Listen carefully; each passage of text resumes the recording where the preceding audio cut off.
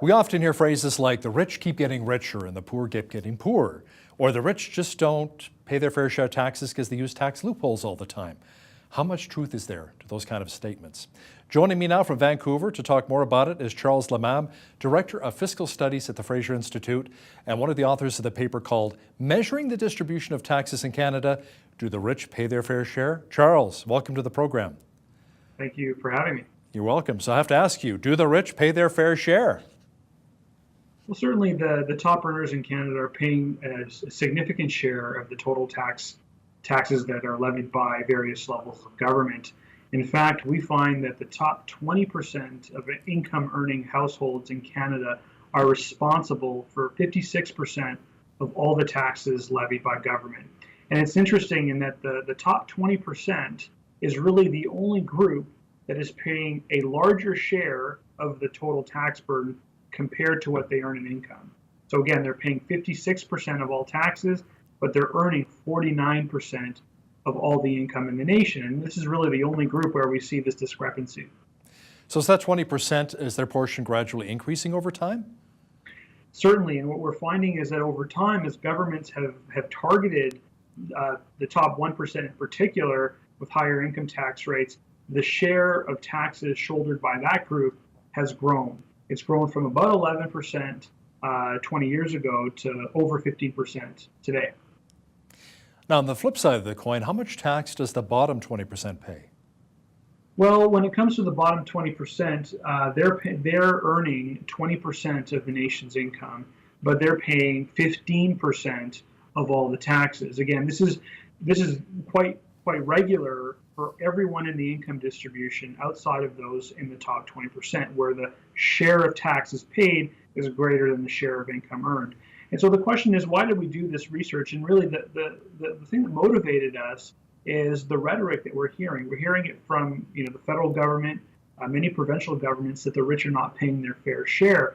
And that rhetoric is being used then to justify even higher taxes on our country's top earners. So we thought it was really important to dig into the data, and what we found is it's actually quite consistent, regardless of which measure of tax you use, whether it's all taxes, whether it's personal income taxes.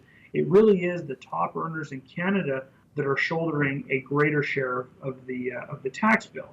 Now, of course, we know that there are going to be one-offs where we're going to have some Canadians avoiding taxes illegally, but as a group, top earners are certainly paying a disproportionate share of our country's taxes.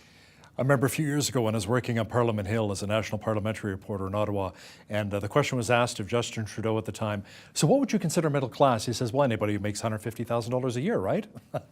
Not quite. So how are we really defining rich today? What is the annual income, maybe for individuals, and maybe combined household income?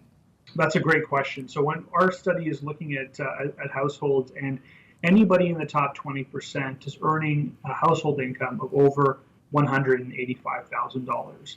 So really that's the marker. If you're right in the middle of the income distribution, your household is earning about $100,000 of income. Okay. Now just to clarify, when we say taxes, we're just talking specifically income tax, or there may be payroll taxes, property, like what else is there? So all the numbers we've been talking about so far are for all the taxes levied by the federal, provincial, and municipal governments in Canada. We think it's important to look at all the taxes to get a comprehensive measure of the distribution of taxes, but our analysis also looks exclusively at personal income taxes.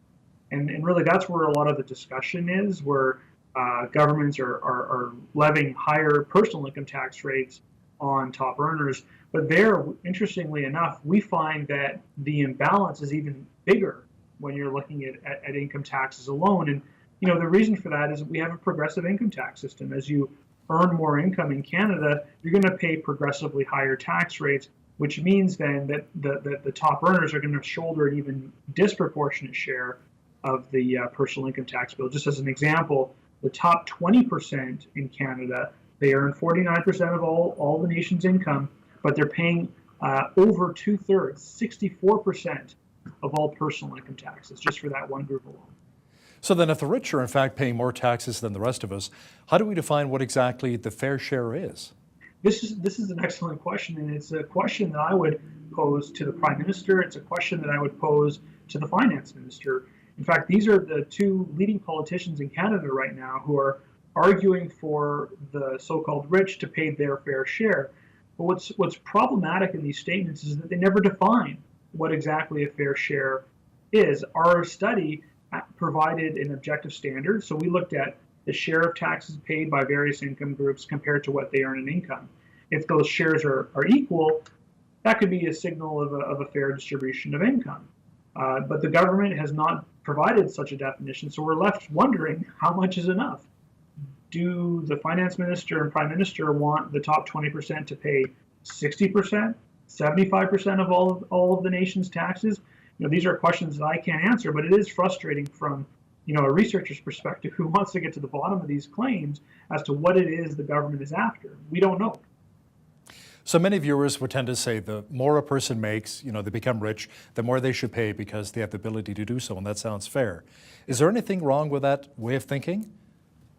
Well, we have that system in Canada. We have a progressive system in Canada. We've had a progressive system in Canada for many, many year. The issue, though, is that we have a prevailing misperception about how much top earners are paying. Again, really, that's what motivated us to dig into the data, because we're hearing about how the top earners are not paying their fair share, they're getting away with paying little tax, but it's really not true for the group collectively. When we look at all the top 1%, the top 5%, the top 10%, the top 20%, all Canadians that fall into these income groups are paying a disproportionate share of the taxes. So that then leaves us with a very important challenge from an economic policy perspective. We already have a system that is progressive, and I think that's what Canadians want. But if we continue to raise taxes further, even more than what we've already done, we risk economic consequences as a result. We're going to create a tax system that is going to increasingly penalize people for being successful. It'll make it more difficult for us to attract and retain the top talent that we all want to keep in the country, that we want to attract to the country. So there is a risk that as we continuously raise top tax rates, that we could drive away the best and brightest out of the country. And that really is something that I think is the bottom line in this analysis. We have a system that's progressive. The more and more that we raise taxes on top earners, we risk losing the very group that we want to attract. Yeah, it would definitely be demotivating, that's for sure. Now, we need Canada to be very competitive in the global marketplace. How do we compare to other industrialized nations when it comes to our tax rates? Not favorably. In fact, this is what's giving rise to the concern. Right now, say if you're in the province of Ontario, the top marginal tax rate in that province is 53.5%. So that means more than every 50 cents of every dollar that one makes, next dollar that one makes, they're passing that on to the provincial and federal government in taxes. That rate of taxation makes us very uncompetitive globally. In fact, we have the highest top marginal tax rate in all of the English-speaking world. When you stack us up against 34 countries, advanced countries around the world, we ranked 8th highest among all those countries on our top rate. So we are uncompetitive right now.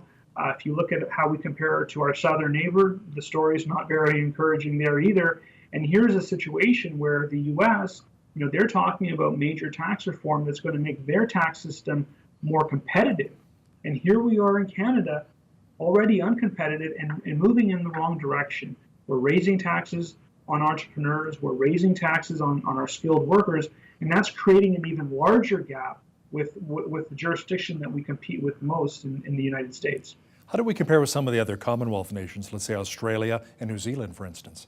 I can tell you when it comes to the G7, so the top, the biggest countries in the world, the top 7 countries in the world, even including Australia, Canada ranks the 3rd highest. We're behind only France and Japan. And Japan just recently raised its top rate, but before that, we had the 2nd highest marginal tax rate in the G7, only behind France. So really, things are not looking positive. Part of the reason why we've become less competitive in recent years is driven by the federal government's push to raise the top tax rate. We've seen push at the provincial level, whether it's BC, Alberta, Ontario. many provinces have also followed the federal government's lead. And so you compound the federal and the provincial changes together, it's making us much less competitive from a personal income tax perspective. So Charles, when countries raise the tax rates for the wealthy, how does that really impact the economy of those countries? Well, it makes the reward of engaging in, say, entrepreneurship and unproven ventures lower. It diminishes that. It diminishes people from undertaking risks. It discourages people from working more, because when you're getting when 50% of your additional dollar earned, more than 50% is getting taxed away, you're really sending the wrong signal to people to work more, to invest more, to earn more income, to be more successful. The people that are not in the top 20% now, they look at the tax system and they make decisions, and they say, well, if I want to take that new job, if I want to invest in my skills to raise up the income ladder, what's the incentive for me to do so when these tax rates are in many ways punitive, right? We know that we want to encourage productive activity. We want to encourage people from realizing their potential. So it doesn't make a whole lot of sense that we continuously raise tax rates that apply to those to being successful. Now, what about the resentment that many Canadians have toward the wealthy using tax loopholes to avoid paying taxes? Is that wrong? Well, no, I think this is a valid concern. And I think it's, we have a tax system in Canada that is progressive. We want to ensure that everybody does pay their share, but when it comes to top earners as a group, they are paying a disproportionate share, and that's what we need to be cognizant of. We need to be mindful of that fact that for the group as a whole, these Canadians are in fact shouldering a disproportionate share of the tax burden. Now, when it comes to loopholes that people are using that are illegal, certainly that's something that the government needs to crack down on. But as a whole, the group is actually paying a very significant share of the tax burden. Now, when the Liberal government says we need tax fairness, are they justified by creating a new and higher top personal income tax rate of about 33%, up 4% from the previous federal rate? Well, I think this is really the implication of the analysis. They're using this notion, this undefined notion of tax fairness to justify higher and higher tax rates. But again, when you look at the data, the story is quite clear that the top earners are paying a disproportionate share. So then you can't justify these very high punitive tax rates on that basis alone, because we know that the data is showing us that top earners are paying a disproportionate share. So it really doesn't provide a significant justification, in my opinion. I think what we need to be focusing on is a system that is, yes, fair, and that everybody's paying their fair share, but we also have to be mindful of economic considerations, like how we compare to other countries. Is our tax system encouraging productive economic behavior, which is what we want in Canada? If you're in Alberta, for example, there's some real challenges economically as the oil and gas sector has taken a big hit. The last thing we want to do is layer on more and more taxes that discourage investment, that discourage entrepreneurship. Here's an interesting fact. Right now, the level of investment, business investment in Canada, is below 15% what it was just 2 years ago. And so we're struggling to attract investment dollars. We're struggling to really kickstart our economy. Raising tax rates on entrepreneurs and the best and brightest is really not going to get us into that, give us the economic jolt that the country needs at this time. So what's the answer then? Is it maybe government cutbacks, maybe cut back on the spending to help balance the budget instead of increasing taxes?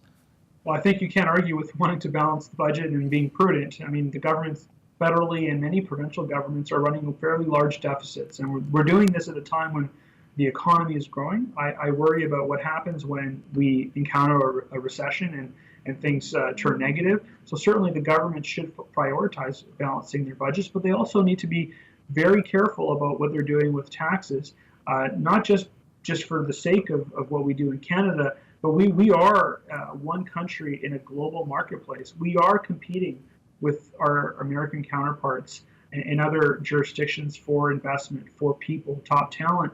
So we have to ensure that we're producing a very competitive tax policy environment. And I think that one of the key considerations for any government, whether it's the provincial or federal governments, is a more competitive tax system.